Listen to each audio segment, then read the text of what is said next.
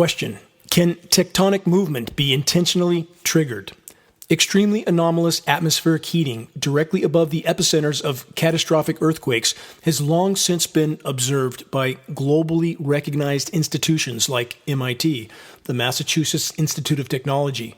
The Japanese M9 earthquake is just one example. MIT recorded extremely anomalous atmospheric heating directly above the 2011 Japanese earthquake epicenter for 3 full days immediately preceding the triggering of the earthquake. Are extremely powerful microwave transmissions actively and aggressively being used as weapons of mass destruction? If all available evidence is examined, the data-based conclusions are chilling.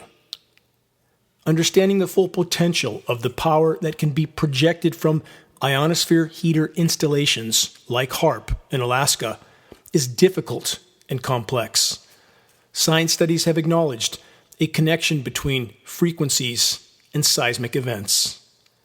Immensely powerful microwave transmissions can be bounced off the now ionized atmosphere, facilitated by the atmospheric aerosol saturation of electrically conductive particles from the ongoing climate intervention operations. By directing concentrated microwave transmissions back into Earth's strata in a seismically sensitive location, the triggering of seismic activity becomes scientifically possible, not just from the interior heating of the strata, but also from the frequency vibrations that are created. Microwave transmissions, when used as a seismic weapon or a weather weapon, leave signatures on cloud formations that are easily distinguished. Concentrated microwave transmissions may provide a conductive corridor that would, in essence, siphon off immense amounts of power from Earth's electrically charged ionosphere and/or Earth's electrojet currents, thus greatly amplifying the destructive power and potential of microwave weapons.